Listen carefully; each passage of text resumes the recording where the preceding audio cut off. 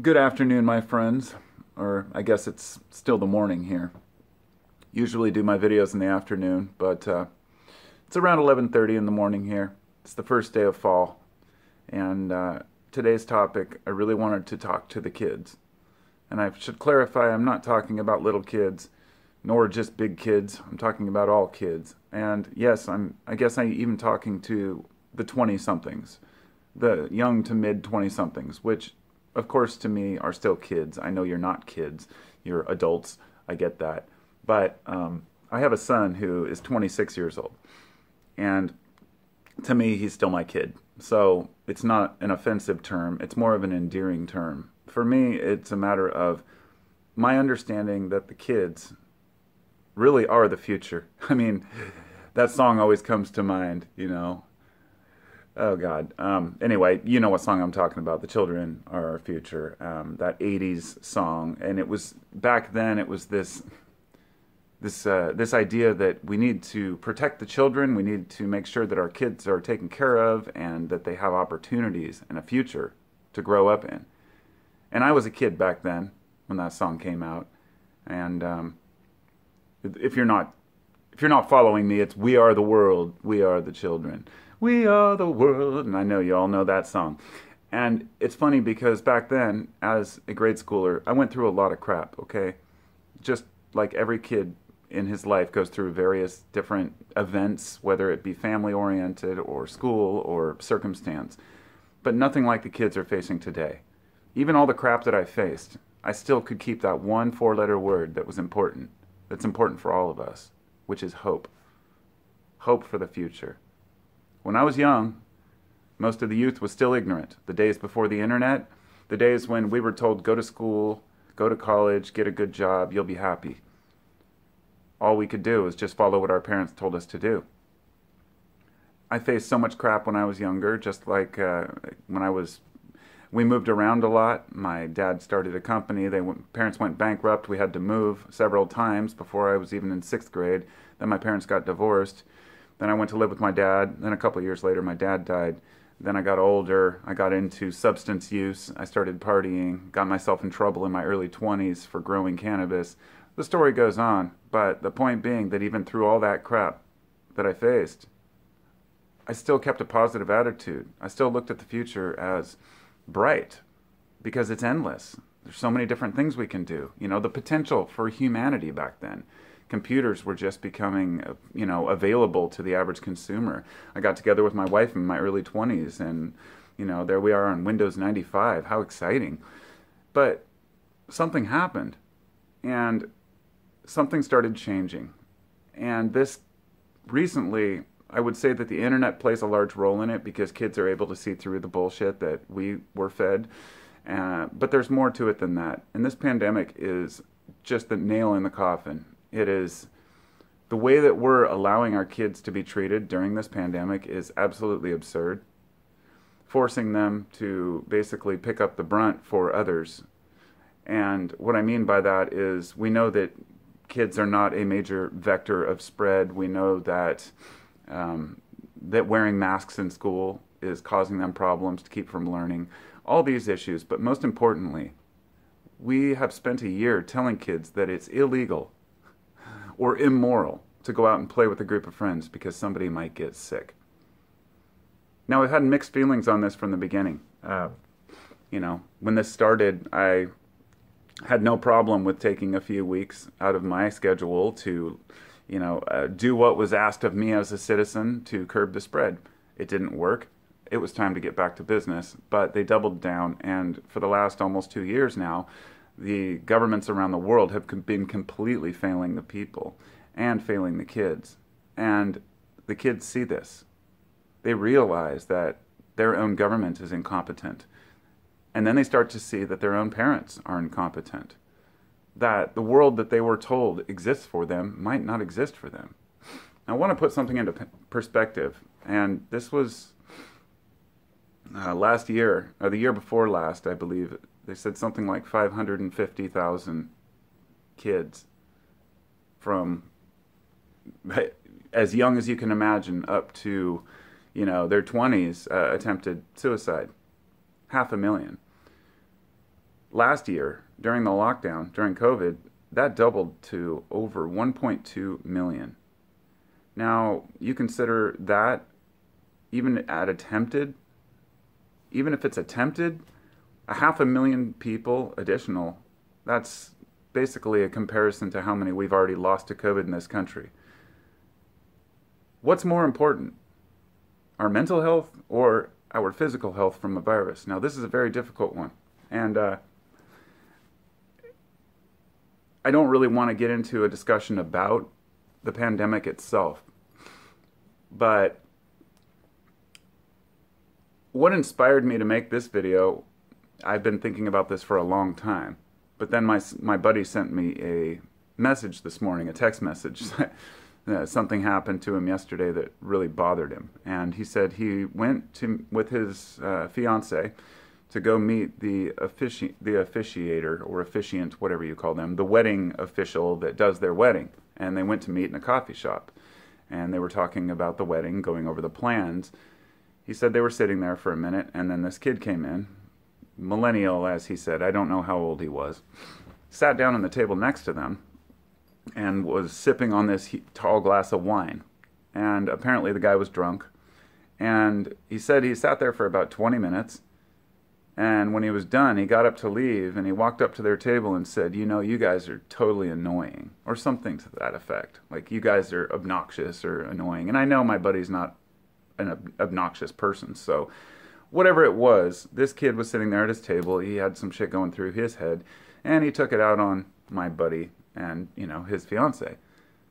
I believe his fiance kindly told the guy to fuck off, but which is what I would have done. You don't let those things get to you. You can't get frustrated or angry or how dare you talk to me like that, because it's pointless for two reasons.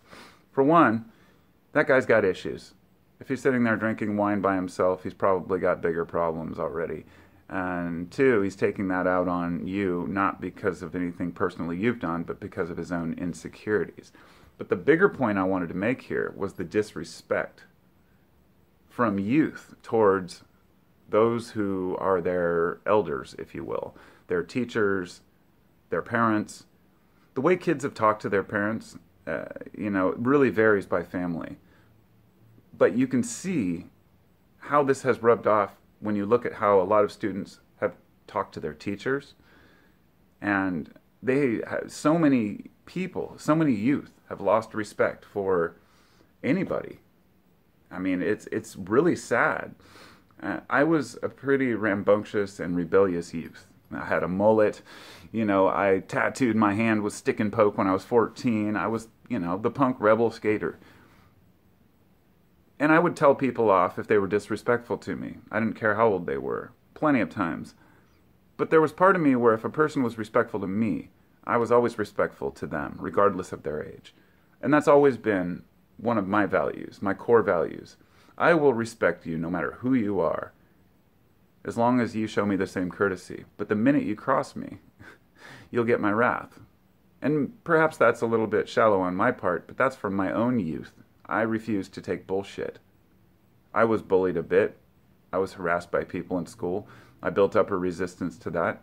Not as much as a lot of other people were, because I was tall, but everybody who got picked on knows exactly how that feels. And that's another aspect of why so many kids are depressed and anxious these days. A study that was done showed that half, or more, over half, I believe it was, of all kids, all teenagers, all kids aged like, 10 to 16 are anxious and stressed all the time. And that should just not be. Kids should not be stressed out. So what is causing this stress? And as I said, it's multifaceted. COVID, as I said, was just the nail in the coffin. But the bigger problem we have here is an ongoing systemic failure for our hubris and arrogance that we want to continue to progress and build wealth and invent new things, yet we don't want to invest in the future generations that are going to make that happen. We don't want to take care of the mental needs of the kids of tomorrow. We seem to have not grasped that yet. Not only that, but we don't know any physical needs and how to handle that either, with the crap we're feeding our kids, which is throwing a whole other angle on this whole pandemic thing. The unspoken discussion about how being overweight correlates with getting very sick, and how many kids today are extremely overweight, and how that discussion doesn't want to be had.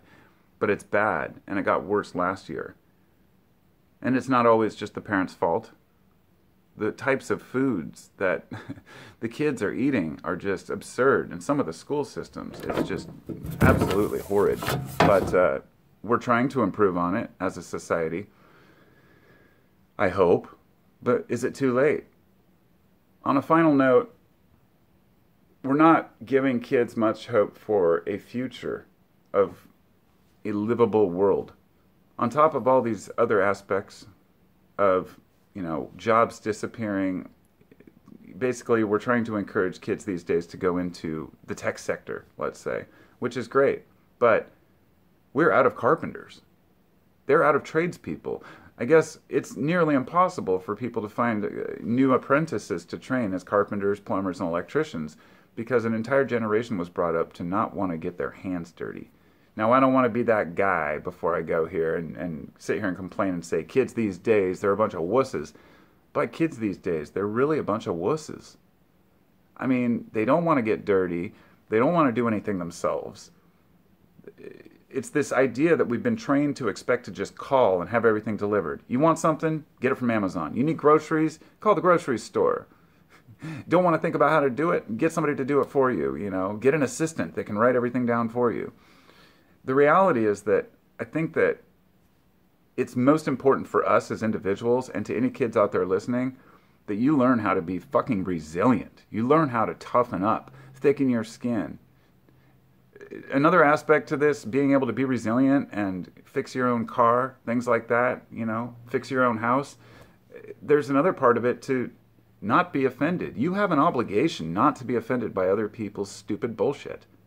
If somebody says a word and that gets you mad and you're stewing about it all day, then you're a fool. You're fooling yourself. You are convincing yourself that by harboring resentment and anger towards somebody for saying one thing, that's somehow going to benefit you. And it doesn't. It never does. There will always be people out there who say things just to get a rise out of you. I've been called every name in the book.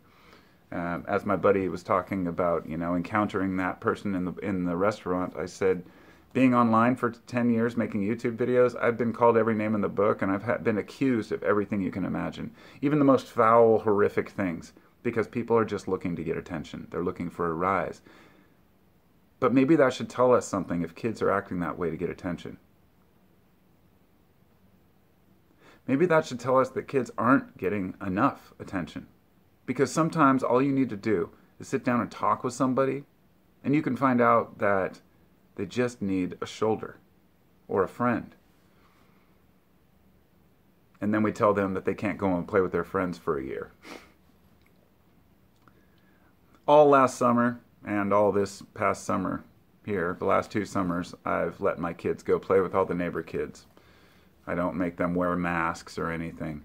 We just take risks because, to me, my kids missing 2 years of birthdays and parties and hanging out with friends is not worth protecting myself from something that will probably just give me the sniffles anyway.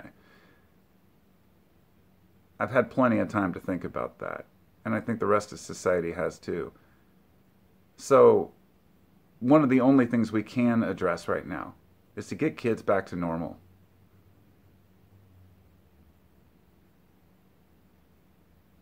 Let kids go to school. Let kids see each other's faces. I think it's time that we move forward because the mental health crisis could be far worse in the outcome. But even when this pandemic is over, those feelings will still be there for people. And I just want folks to remember, when Pandora's box was opened, it let evil and hatred and everything else out into the world, but the one thing left in the bottom was hope. And some people think hope is a foolish notion, but sometimes it's all we've got.